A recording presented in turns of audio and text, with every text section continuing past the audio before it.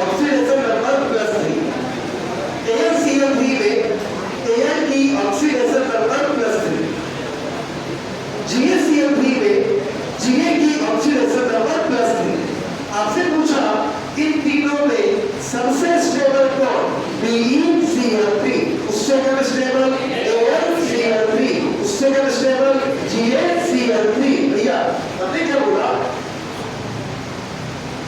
कि जो +3 वाले होंगे, जो हायर होंगे, जो हायर स्टेट पे होंगे, उसकी स्टेबिलिटी नीचे जाने पे घटेगी, और जो लोअर स्टेट पे होंगे उसकी स्टेबिलिटी नीचे जाने पे बढ़ेगी। दिमाग में दो बातें लिखो। पहली बात क्या?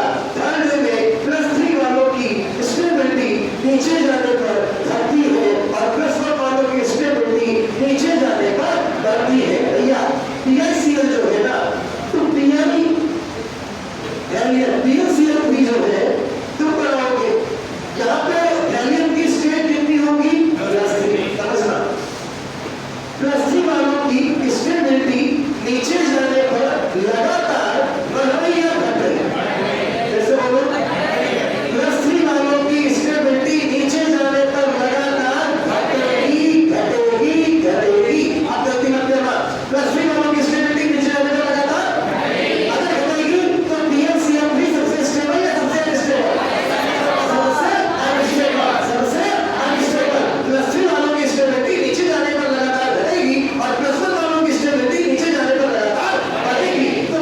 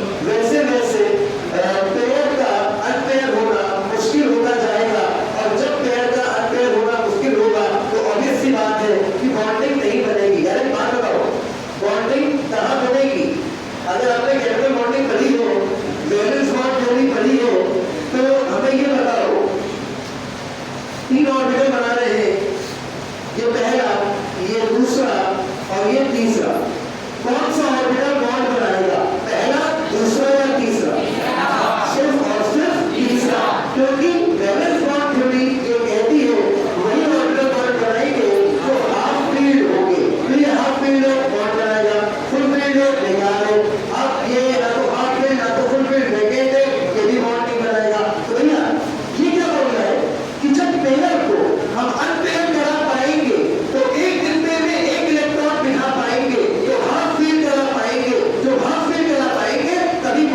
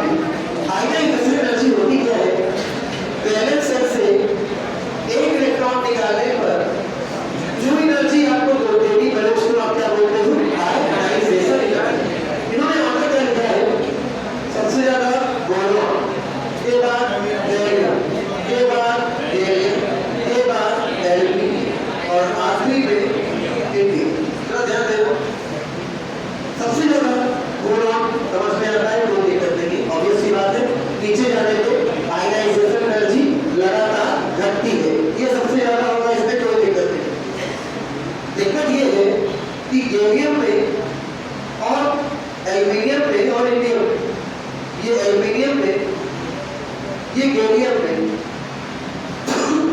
इंडियम में, थैलियम। ये कैसे हो गया?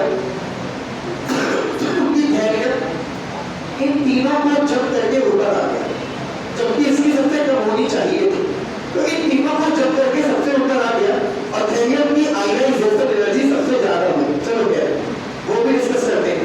गैलियम, एल्यूमिनियम और इंडियम, सभी लोग कहते हैं एक बार, गैलियम, एल्यूमिनियम, गैलियम, इंडियम, सबसे कम होनी चाहिए इन तीनों में इंडियम की। भैया इसको तो हटा दो, हटा दिया। इन तीनों में कंपेयर कराओ, नीचे जाने पे आयनाइजेशन एनर्जी लगातार घटती है। अगर घटती है तो सबसे कम किसकी? इंडियम है। मतलब यहाँ पे घटना कोई दिक्कत नहीं है। भैया मेरी बात समझना ध्यान से। इंडियम नीचे जाने पे गैलियम को हटाओ, वो क्यों आया आगे तीनों को ढूंढ के? पता नहीं, अभी देखा जाएगा। पहले भी एक बार बताओ कि एल्यूमिनियम, गैलियम और इंडियम में, इन तीनों में नीचे जाने पे आयनाइजेशन एनर्जी लगातार अगर घटती है तो सबसे कम किसकी? इंडियम। तो सबसे कम किसकी? इंडियम। वही दिखाई हुई है, तो ये कॉमन है, कॉमन है तो घंटा नहीं पकड़ना है। अब आ जाओ एल्यूमिनियम और गैलियम पे। भैया ध्यान देना, एल्यूमिनियम और गैलियम पे, एल्यूमिनियम और गैलियम पे, एल्यूमिनियम और गैलियम पे, एल्यूमिनियम और गैलियम पे कम होनी चाहिए थी गैलियम की, ज्यादा होनी चाहिए थी एल्यूमिनियम की, क्योंकि ज्यादा किसकी हो गई? गैलियम की। अब सबके रीजन सुनना, रीजन तो सुनना, कोई दिक्कत नहीं, रीजन याद भी करना, कोई दिक्कत नहीं। क्वेश्चन कहां से बनेगा ये समझना ध्यान से। एक पॉइंट एनसीईआरटी का है। इनऑर्गेनिक आपको एनसीईआरटी के बाहर नहीं पढ़नी है, सारी इनऑर्गेनिक आपको एनसीईआरटी से ही मिलेगी। कहां की inorganic? S block, D block, B block, F block, रट्टा मारने वाले जितने भी, इसके बाहर आपको कुछ नहीं मिलेगा, मतलब कुछ नहीं मिलेगा। इतना पढ़ेगा इनऑर्गेनिक की कहानी पूरी खत्म हो गई। जो एनसीईआरटी में लिखा है उसके बाहर घंटा रुक जाने वाला नहीं है। हाँ तो बता, चाहे खड़े रहो। तुमने क्या बोला? Inner wave effect first day में नहीं देखता, सेकेंड डे में नहीं देखता। कहां से देखना शुरू होता है? Third day, fourth day, fifth day, sixth day, seventh day में दिखता है, एट्थ डे में आके खत्म हो जाता है। थर्ड डे में सुनना ध्यान से, बोरोन एल्यूमिनियम में नहीं दिखता, कार्बन सिलिकॉन में नहीं दिखता, नाइट्रोजन फास्फोरस में नहीं दिखता, आगे आ जाओ ऑक्सीजन सल्फर में नहीं दिखता। सभी ग्रुप के 2 एलिमेंट छोड़ के तीसरे से दिखना शुरू होता है। मतलब बोरॉन में इनर इफेक्ट नहीं था, एल्यूमिनियम में नहीं था, कितना शुरू हुआ? गैलियम से। कितना शुरू हुआ? गैलियम से। सुनते जाना ध्यान से, अभी हम याद करवा देंगे ऑर्डर, लेकिन समझना भी जरूरी है थोड़ा सा। भैया कितना शुरू हुआ? कहां से? गैलियम से। जैसे ही इनर पेयर इफेक्ट लगा, आयनाइजेशन एनर्जी हो गई जम। भैया मेरे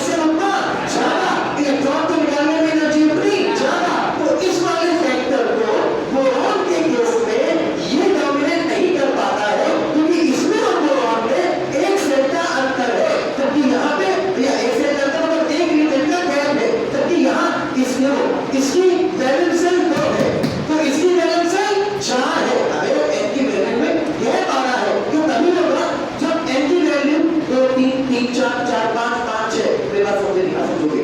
n की वैल्यू 2 है, n की वैल्यू 5 है, 2 वाले में इनर प्लेयर इफेक्ट नहीं लग रहा है, घंटा भर नहीं पता इसमें लगा हो या ना लगा हो, जंप नहीं कर पाएगा क्योंकि n की वैल्यू में गैप है। मेरी बात समझ रहे ध्यान से, ये सिर्फ एक केस में होता है जब इनर प्लेयर इफेक्ट हल्का हल्का नहीं झपट के लगने लगे, मतलब ये सिर्फ एक केस में होता है, उस केस में होता है जब एलिमेंट अपने ग्रुप में सबसे नीचे होता है। कहने का मतलब भैया इन दोनों में ज्यादा किसकी होनी चाहिए, बोरान, ज्यादा किसकी है, बोरान। अब इन दोनों में ज्यादा किसकी होनी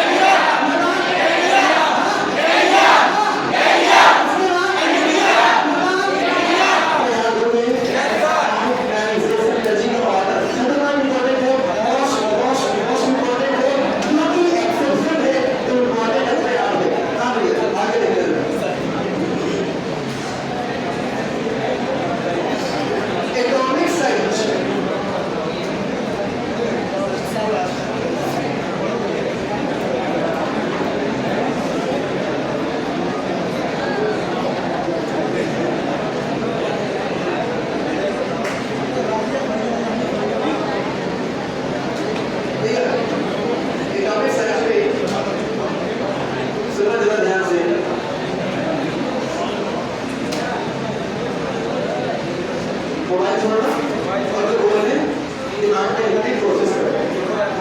डाउन कर दो, डाउन कर दो। इकोनॉमिक्स सारी ये बताना कि बोरॉन और एल्यूमिनियम में इनर पेयर इफेक्ट हल्का हल्का किसमें लिखा बस एल्यूमिनियम और एल्यूमिनियम का एटॉमिक साइज अप्रॉक्सीमेट बराबर होता है। ये पॉइंट ध्यान रखना है, बस इतना ही इंपॉर्टेंट है और कुछ नहीं। जरा ध्यान देना क्या लिखा हुआ है वो भी काम कर दो। Atomic size regularly measured by gallium and aluminium की एटॉमिक रेडियस लगभग सेम होती है due to the poor shielding effect. Due to the poor shielding effect. इस शेयरिंग में क्या होता है, जो पेनल्टी में से होता है उसमें इलेक्ट्रॉन वैलेंस से के इलेक्ट्रॉन का अट्रैक्शन न्यूक्लियस से घटाना चाहता है, जिसको बोलते हैं शेडिंग इफेक्ट। जिसको बोलते हैं शेडिंग इफेक्ट। ये न्यूक्लियस है, ये first shell, second shell, third shell, fourth shell, fifth. एक एटम है जिसके पास टोटल मास है। सबसे आखिरी वाली सेल को बोला जाता है वैलेंस सेल। अगर पांचवी है तो पांचवी वैलेंस सेल होगी, अगर छठी हो तो छठी वैलेंस सेल होगी, अगर चौथी हो तो चौथी वैलेंस सेल होगी। जो भी सबसे लास्ट में होगा आखिरी वाली सेल को बोलते हैं वैलेंस सेल। उसके जस्ट अंदर वाली सेल को बोलते हैं पेनल्टीमेट सेल। उसके अंदर वाली सेल को बोलते हैं एंटी पेनल्टीमेट सेल। तो हमें काम किसका है, पेनल्टीमेट सेल का, और काम है वैलेंस सेल का। समझ लो, वैलेंस सेल में बैठा इलेक्ट्रॉन, ये तुम्हारा न्यूक्लियस, ये तुम और ये तुम्हारा न्यूक्लियस। चार्ज दोनों में अपोज है, ऑब्वियस सी बात है क्या होगा, अट्रैक्शन। अब पेनल्टीमेट सेल का इलेक्ट्रॉन, ये तुम्हारा दोस्त, अगर तुम भी इलेक्ट्रॉन ये भी इलेक्ट्रॉन, तुम भी लड़ते हो वो भी लड़ता, तो ये तुम्हारा दोस्त। अब क्या हुआ, इस दोस्त को ये बात हजम नहीं हो रही, इसका अट्रैक्शन इसके साथ है। अच्छा, दोनों के चार्ज सेम या अपोजिट? सेम है, तो दोनों एक दूसरे को क्या करेंगे, ये इसको रिपल करेगा, इसलिए कि इसकी दोस्ती इससे खत्म हो जाए। ये रिपल करेगा इसलिए कि ये वाला अट्रैक्शन कम हो जाए। चलेगा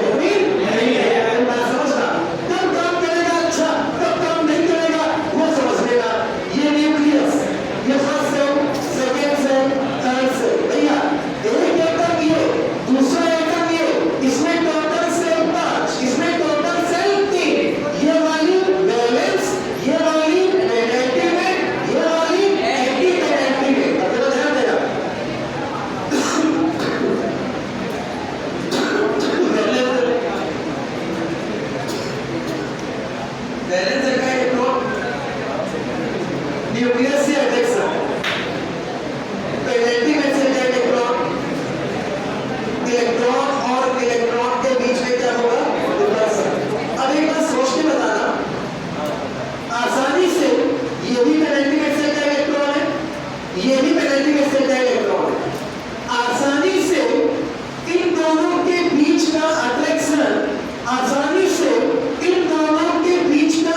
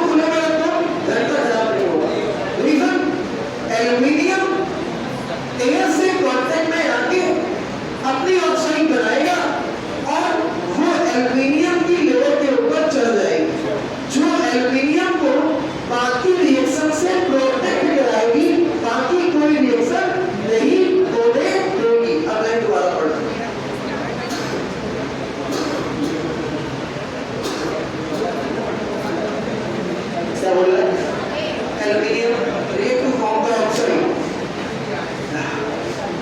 Protect it from the other axle. मतलब ऑक्साइड बनाएगा और ऑक्साइड जो है अदर एक्सल से क्या करेगी? प्रोटेक्ट. अगला बोल एरिया में area can not be react with area can not react with air. या सुनना दो लोग एयर से रिएक्ट नहीं करते हैं. कौन कौन भैया कौन कौन आवाज नहीं आई. Area not India area not India area not India area not India air से रिएक्ट नहीं करते हैं. अगला बोल बोला अगला भाई क्या बोला है? Area react with air and form oxide. Area react करेगा और क्या बनाएगा? ऑक्साइड. अगला बोल बोरॉन और एल्यूमीनियम ऑक्साइड के साथ साथ नाइट्राइड भी बनाते हैं. अगर एयर के अंदर ऑक्सीजन भी होती है नाइट्रोजन भी होती है तो ये दोनों बंदे क्या ऑक्साइड भी बनाते हैं और नाइट्राइड भी बनाते हैं. अब सुनना शुरू वाले दोनों नीचे वाला एक बीच वाले दो घंटा उसी तो सुनना एक बार. अब तक है बोरॉन फिर एल्यूमीनियम फिर क्रोमियम फिर इंडियम फिर हेलियम. तो ऊपर वाले का दो नीचे वाला एक बीच वाले का घंटा दूसरी. बिल्कुल समझना. ऊपर वाले दो को क्या बनाएंगे? कहने का मतलब ऊपर वाले को एयर से रिएक्ट करके अपना ऑक्साइड बनाएंगे और नाइट्राइड बनाएंगे. बीच वाले को कुछ नहीं नो रिएक्शन एयर से रिएक्ट नहीं करेंगे. कौन कौन? Helium India. कौन कौन? Helium India. कौन कौन? Helium India. हेलियम रिएक्ट करके क्या बनाएगा? ऑक्साइड. क्या बनाएगा? ऑक्साइड. भैया मोस्ट इंपॉर्टेंट आगे पॉइंट है. पीएन का होलेक्स का स्ट्रक्चर ग्रेफाइट की तरह होता है इसलिए इसको इनऑर्गेनिक ग्रेफाइट कहा जाता है. तो आपको लगता है आसपास का question what is the inorganic graphite. तो बोरॉन नाइट्राइड के पॉलीमेरिक स्ट्रक्चर को ही क्या बोलते हैं? Inorganic graphite. Most important line है चैप्टर लाइन है याद रखना. मोस्ट इंपॉर्टेंट है इनऑर्गेनिक ग्रेफाइट. इनऑर्गेनिक ग्रेफाइट किसको कहते हैं? बोरॉन नाइट्राइड के पॉलीमर को. बोरॉन नाइट्राइड के पॉलीमर को. बोरॉन नाइट्राइड के पॉलीमर को. बोरॉन नाइट्राइड के पॉलीमर को. बोरॉन नाइट्राइड के पॉलीमर को क्या बोलते हैं? Inorganic graphite. बोरॉन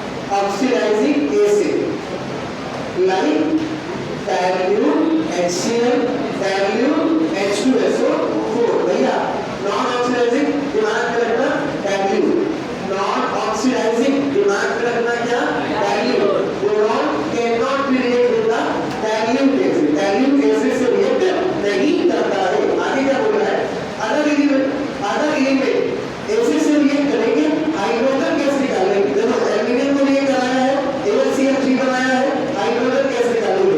बोरॉन आगे बोलता है all element react with the oxidizing acid, मतलब अपनी बात डाइल्यूट नहीं, अपनी बात कैसा कंसंट्रेट, कैसा कंसंट्रेट। देखो concentrate H2SO4, concentrate HCl, concentrate HNO3। तो अगर बोरॉन HNO3 से रिएक्ट करेगा, एल्यूमीनियम H2SO4 से रिएक्ट करेगा, तो बोरॉन रिएक्ट करके इंपॉर्टेंट रिएक्शन है, दिमाग में बिठाओ। बोरॉन भैया इंपॉर्टेंट है लेकिन याद करना एकदम आसान है। सुना, boron plus nitric acid exchange होगा एसिड से एसिड का, नाइट्रिक एसिड से बन जाएगा बोरोनिक एसिड। ये बात दिमाग में फिट करो, नाइट्रिक एसिड बदल जाएगा बोरोनिक एसिड में, बोरोनिक एसिड बोले तो H3BO3 और साथ में एक गैस बनेगी NO2। क्या बनेगी NO2। इंपॉर्टेंट रिएक्शन है, याद रखनी है। क्या बोरॉन अगर नाइट्रिक एसिड से रिएक्ट करेगा तो नाइट्रिक एसिड बनेगा बोरोनिक एसिड में और साथ में बनेगा NO2। बोरॉन बनेगा बोरोनिक एसिड में या नाइट्रिक एसिड बनेगा बोरोनिक एसिड में और साथ में बनेगा NO2। अगर बोरॉन नाइट्रिक एसिड से रिएक्ट करेगा, अगर बोरॉन नाइट्रिक एसिड से रिएक्ट करेगा, अगर बोरॉन नाइट्रिक एसिड से रिएक्ट करेगा, नाइट्रिक एसिड की शक्ल बदलेगी बोरोनिक एसिड में, साथ में बनेगा NO2। इनऑर्गेनिक केमिस्ट्री की हर वो रिएक्शन अपने आप इंपॉर्टेंट हो जाती है जिसमें प्रोडक्ट साइड पे कोई भी गैस बन रही होती है। अगर प्रोडक्ट साइड पे O2 बन रहा है, N2 बन रहा है, NO2 बन रहा है, H2 बन रहा है, किसी भी रिएक्शन पे, किसी भी इनऑर्गेनिक केमिस्ट्री की रिएक्शन पे अगर प्रोडक्ट साइड पे कोई गैसियस प्रोडक्ट बने, मतलब रिएक्शन 100% इंपॉर्टेंट है, तो मैं याद करनी है। अब आगे देखो, एल्यूमीनियम सल्फ्यूरिक एसिड से रिएक्ट करेगा तो एल्यूमीनियम का सल्फेट बनाएगा, इससे ज्यादा इंपॉर्टेंट है SO2 का ध्यान रखना। किसका ध्यान रखना SO2। तो अगर एल्यूमीनियम सल्फ्यूरिक एसिड से रिएक्ट करेगा तो एल्यूमीनियम सल्फेट भूल जाओगे चलेगा, क्या याद रखना है SO2। क्या याद रखना है SO2। आगे आओ, रिएक्ट भी देखेंगे, हर में सिर्फ बोरॉन और एल्यूमीनियम एल्कीन से रिएक्ट करेंगे, अपना एलिमेंट एक बनाएंगे। उम्मीद करते हैं आपको वो 9 एलिमेंट याद आएंगे। पहला A1, दूसरा A1, तीसरा B, चौथा BE, आगे PB, आगे SB, आगे SI, आगे HI। ये एम्फोटेरिक मेटल, क्या है एम्फोटेरिक मेटल। तो भैया ध्यान दोगे बोरॉन एम्फोटेरिक है, एल्यूमीनियम एम्फोटेरिक है। अब जरा ध्यान देना, कोई बात लिखी हुई है, ध्यान देंगे। सिर्फ बोरॉन और एल्यूमीनियम एल्कीन से रिएक्ट करके अपना एलिमेंट एक बनाते हैं, साथ में हाइड्रोजन गैस। वही रूल तो हाइड्रोजन एंड इट्स कंपाउंड में पढ़ाया था। Gallium also react with alkene for इलेक्ट्रेटेड और हाइड्रोजन गैस। ये स्पेसिफिक बात है कि गैलियम के अंदर, गैलियम को एम्फोटेरिक मेटल में नहीं रखा जाता है। गैलियम के अंदर बहुत स्लाइटली एम्फोटेरिक कैरेक्टर होता है, इसीलिए गैलियम को अलग से पढ़ते हैं कि गैलियम भी रिएक्ट करेगा और अपने एलिमेंट के साथ साथ क्या बनाएगा हाइड्रोजन गैस। एलिमेंट एल्यूमीनियम का और गैलियम का कैसा होगा, तो NaMO2 टाइप होगा। बोरॉन का कैसा होगा Na3PO3 टाइप होगा। Halide of third. भैया इसमें क्या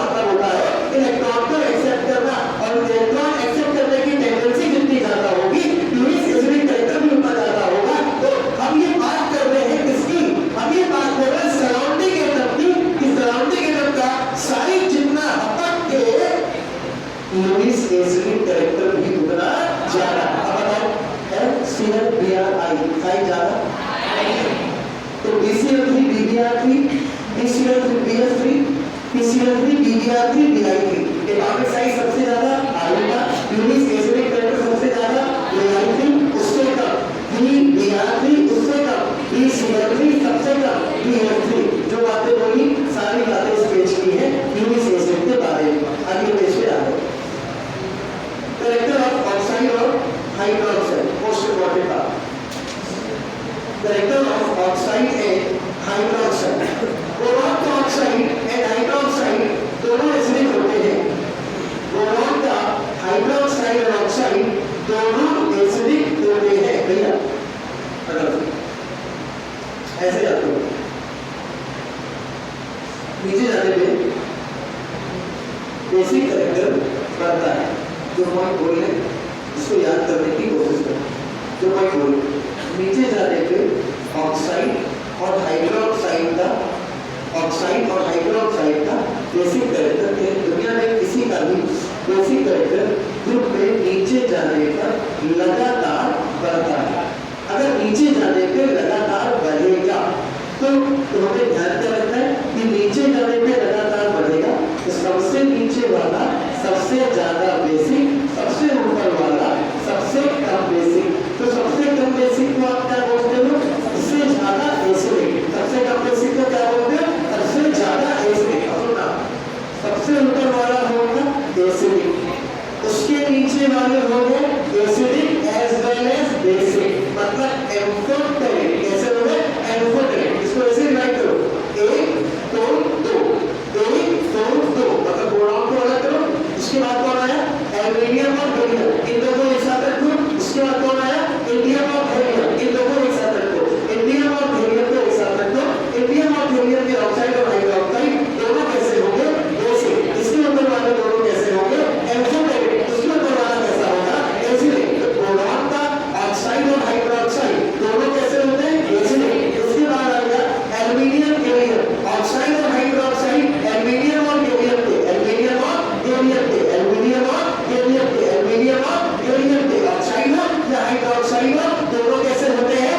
एम्फोटेरिक। कैसे होते हैं? एम्फोटेरिक। कैसे होते हैं? एम्फोटेरिक। और नीचे वाला जो अपने पास बचे दो लोग वो कैसे होते हैं? बेसिक। कैसे? पहला वाला एसिडिक, उसके नीचे वो एम्फोटेरिक, उसके नीचे वो बेसिक। तो बोरॉन का ऑक्साइड और हाइड्रोक्साइड हो गया acidic, aluminium beryllium amphoteric, indium beryllium basic, indium beryllium basic. देखो क्या होता है जो बताया, बोरॉन का ऑक्साइड और हाइड्रोक्साइड दोनों एसिडिक होते हैं। ठीक है भैया। एल्यूमिनियम और बेरिलियम का ऑक्साइड और हाइड्रोक्साइड कैसे होते हैं? एम्फोटेरिक। इंडियम और बेरिलियम के ऑक्साइड और हाइड्रोक्साइड बेसिक नेचर के होते हैं। कैसे होते हैं? बेसिक नेचर के। जो अभी हमने आपको याद कराया। हाइड्राइड और बोरॉन, भैया बोरॉन का हाइड्राइड जनरली PS3 के फॉर्म में एग्जिस्ट करता है। ये जो PS3 होता है ये अनस्टेबल होता है और अपने आप को स्टेबल करने के लिए ये अपना डाइमर बनाता है। डाइमर बोले तो B2H6 क्या बनाता है? B2H6, जिसको आप बोलते हो डाइबोरेट। क्या बोलते हो? डाइबोरेट। तो भैया B2H6 अपना ध्यान दें। ये बोरॉन, ये दूसरा बोरॉन है जिसके पास एक, दो,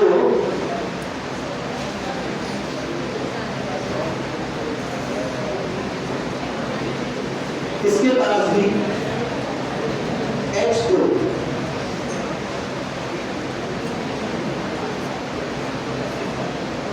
हमने स्ट्रक्चर बनाया और आपसे पूछा कि क्या ये स्ट्रक्चर B2H6 का है? तो आंसर है नहीं। क्यों भैया? यहाँ तो BH3 के दो मॉलिक्यूल है, ये आपस में कनेक्ट कहाँ है? B2H6 का मतलब है कि दोनों की कनेक्टिविटी तो हो, तो ये B2H6 तो नहीं है। ये क्या है? BH3 के दो अलग अलग मॉलिक्यूल। एक्चुअली क्या होता है?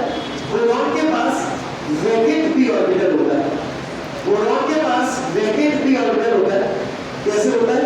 बोरॉन के atomic number 5 1s2 2s2 2p1। Boron में दो डिब्बे खाली पड़े होते हैं, ये पहला, ये दूसरा, ये तीसरा। लेकिन दूसरा ये है कि p में खाली एक इलेक्ट्रॉन होगा जो भी होता है s में, y ऑर्बिटल पूरा का पूरा खाली, तो मैक्सिमम p ऑर्बिटल खाली होता है। ये खाली ऑर्बिटल करता क्या है, ये बात समझना।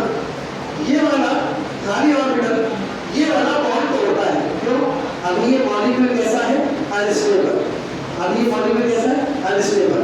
क्यों अनस्टेबल है? ऑक्टेट कंप्लीट है इसका भी, ऑक्टेट कंप्लीट है इसका भी, दोनों आपस में कनेक्ट नहीं है।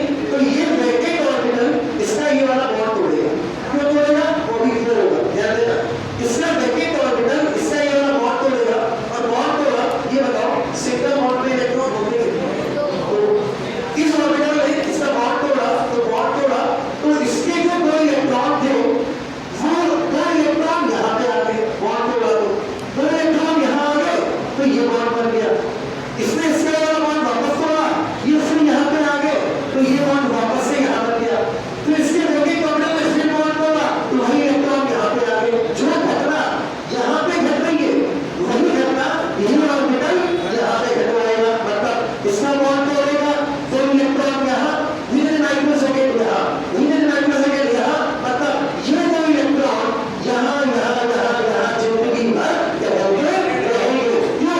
बॉन्ड तोड़ेगा, ये बॉन्ड तोड़ेगा, बॉन्ड तोड़ेगा, ये बॉन्ड तोड़ेगा। तो एक्चुअल में क्या होगा, ये बॉन्ड कंप्लीट नहीं बन पाएगा, ये बॉन्ड कंप्लीट नहीं बन पाएगा। तो ये बॉन्ड बनेगा दोनों का दोनों पार्शियल। कैसा बनेगा? पार्शियल। ये वाला बॉन्ड भी कैसा बनेगा? पार्शियल। भैया एक बात बताना, यहाँ पे भी ये बॉन्ड तोड़ा, इलेक्ट्रॉन यहाँ, फिर ये बॉन्ड तोड़ा, इलेक्ट्रॉन यहाँ, इलेक्ट्रॉन यहाँ यहाँ यहाँ यहाँ यहाँ यहाँ बार-बार जाएगा। कितने इलेक्ट्रॉन करेंगे? कितने इलेक्ट्रॉन? तो यही दो इलेक्ट्रॉन। तो ये बॉन्ड कंप्लीट नहीं बन पाएगा, ये वाला भी और ये वाला भी। ये बॉन्ड कैसा बनेगा? पार्शियल। और ये बॉन्ड कैसा बनेगा? पार्शियल। हमें एक बात बताना, सिर्फ और सिर्फ इन तीन एटम के बीच में कितने इलेक्ट्रॉन टहलने होंगे? इन तीन एटम के बीच में कितने इलेक्ट्रॉन? भैया फिर से एक बार ध्यान देना, यहाँ पे स्ट्रक्चर कुछ ऐसा था, याद मत करना, सुनते समझना। एक्चुअल में ये दो BS3 के अलग-अलग मॉलिक्यूल थे, इसके वैकेंट ऑर्बिटल में इसका बॉन्ड तोड़ा, एक सिंगल बॉन्ड में दो इलेक्ट्रॉन थे, दो इलेक्ट्रॉन जब थे तो बॉन्ड में तोड़ा, तो ये दो इलेक्ट्रॉन इधर आ गए, जब इधर आ गए तो कंप्लीट बॉन्ड यहाँ बन गया। फिर इसके वैकेंट ऑर्बिटल में ये वाला बॉन्ड तोड़ा, तो यहाँ पे बॉन्ड कंप्लीट बन गया। इसके वैकेंट ऑर्बिटल में ये वाला बॉन्ड तोड़ा, तो फिर से बॉन्ड यहाँ बन गया, फिर से बॉन्ड यहाँ, फिर से बॉन्ड यहाँ। तो कंप्लीट बॉन्ड ना इस तरफ बन पाएगा ना उस तरफ बन पाएगा, इधर भी पार्शियल बॉन्ड और उधर भी पार्शियल बॉन्ड। लेकिन दोनों में टहल कितने इलेक्ट्रॉन पे हो? इलेक्ट्रॉन तो भी टहल हो, चाहे यहाँ पे हो चाहे यहाँ पे हो। तो भैया इसको एक नाम देते हैं, क्या नाम देते हैं? जरा ध्यान देना, ये पार्शियल बॉन्ड होगा और यहाँ भी पार्शियल बॉन्ड होगा।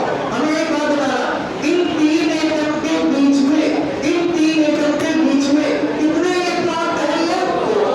एटम कितने हैं? तीन। तो बोला जाएगा 3 सेंटर 2 इलेक्ट्रॉन। क्या बोलेंगे? 3 सेंटर 2 इलेक्ट्रॉन। पहला सेंटर, दूसरा सेंटर, तीसरा सेंटर। 3 सेंटर के बीच में कितने इलेक्ट्रॉन? 2। नीचे बोलो, पहला सेंटर, दूसरा सेंटर, तीसरा सेंटर। 3 सेंटर के बीच में कितने इलेक्ट्रॉन? 2।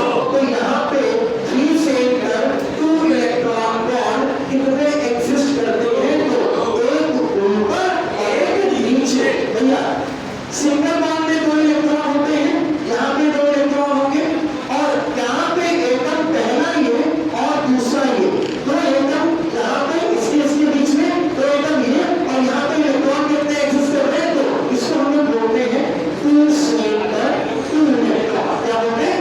2 centre 2 electron. तो 2 सेंटर 2 इलेक्ट्रॉन बॉन्ड कितने?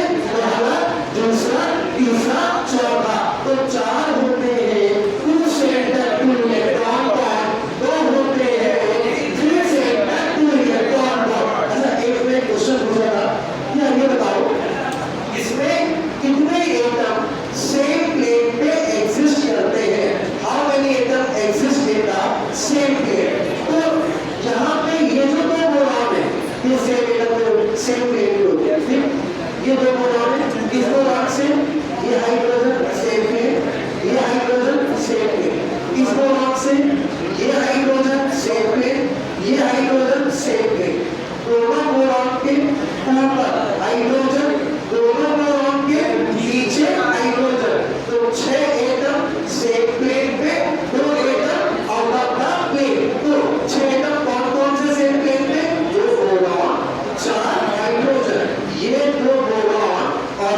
चार हाइड्रोजन सेम प्लेट पे और ये डिफरेंट प्लेट पे, इनको आप क्या बोलते हो? Bridge hydrogen. इनको आप क्या बोलते हो? Terminal hydrogen. अच्छा एक बात बताओ, ये कंप्लीट बॉन्ड है पार्शियल बॉन्ड? जैसे ये बॉन्ड है, इसको हम मार्कर को 20 से 10-30 पे काटे और 10-30 पे काटने के बाद थोड़ी क्लिप लगा के जोड़ दो, तो लेंथ ज्यादा किसकी होगी? जो कंप्लीट बॉन्ड था उसकी, या जो आप जोड़ने के बाद पार्शियल बनाया है उसकी लेंथ ज्यादा। ये बीच में गैप आ गया होगा, तो कंप्लीट बॉन्ड जो होगा उसकी लेंथ कम होगी और जो पार्शियल बॉन्ड होगा उसकी लेंथ ज्यादा। तो इसकी लेंथ ज्यादा और इसकी लेंथ कम, ये पूछता है। बोरॉन के बीच की बॉन्ड डिस्टेंस होती है 178 पिकोमीटर। कितनी होती है? 178 पिकोमीटर। इनर एंगल होता है 97 डिग्री, इनर लोअर या अपर होता है 83 डिग्री, आउटर एंगल होता है 120 डिग्री। तो याद रखना, इनर एंगल, इनर ये वाला angle 97 degree, inner lower angle होता है 83 डिग्री, आउटर एंगल होता है 120, आउटर एंगल होता है 120। बोरॉन के बीच की डिस्टेंस होती है 178 पिकोमीटर। बोरॉन और ब्रिज हाइड्रोजन, बोरॉन और टर्मिनल हाइड्रोजन में लेंथ ज्यादा होती है बोरॉन और ब्रिज हाइड्रोजन की। चलो ऐसे बोलते हैं, ये बताओ, ये वाली लो ऑक्साइड के बारे में इसकी ऑक्साइड इसलिए इसकी देसी इसकी आपको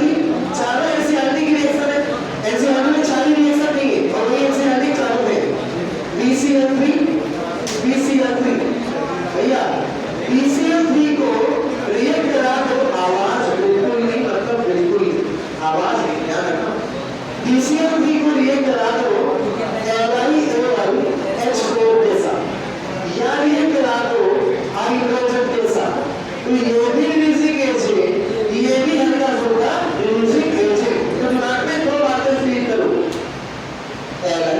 AlH4 या तो AlH4 से रिएक्ट करेगा या तो हाइड्रोजन से रिएक्ट करेगा, दोनों से रिएक्ट करके क्या बनाएगा, डाइबोरेटोरेटो एसिड। तो ये सब यहाँ पे फील करो, तो फर्क होता है। हो सकता है कि अभी हमने आपसे क्वेश्चन पूछा तो भाई में आप फाइनली में गलत बता दो, लेकिन जब लिखा हुआ आएगा, 4 ऑप्शन आएंगे, तो आपकी ये वाली मेमोरी के साथ साथ आपने जो बोर्ड पे लिखा देखा होगा, आई मेमोरी जिसको आप बोलते हो, तो वाली बात भी एक बार क्लिक करेगी और आंसर आपका मेरे क्वेश्चन को मेरा डरावा चेहरा देखते हुए कहते हैं वाला आपका आंसर गलत हो रहा हो, लेकिन एग्जाम में आप आंसर गलत नहीं करोगे, आपने हल्का से भी अगर आपके दिमाग में बात है तो ऑप्शन भी लिखेंगे, आप गलत नहीं करोगे। बस एक बार रिवाइज रखना है, इनऑर्गेनिक केमिस्ट्री के वो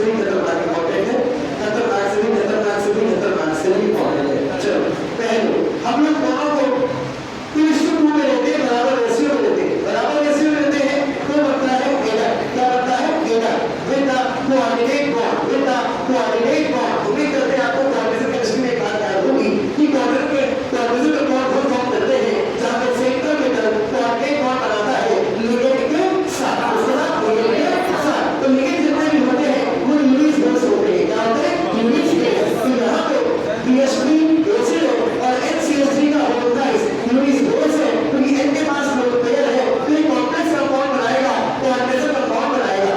if ammonia present in excess, अगर अमोनिया को हमन के ले लिया, अगर अमोनिया को हमन के ले लिया तो भी एडक बनाएगा, B2S6 डायरेक्ट अमोनिया से जुड़ जाएगा। अब भैया अगर अमोनिया को एक्सेस में लिया B2S6 के साथ मोस्ट इंपोर्टेंट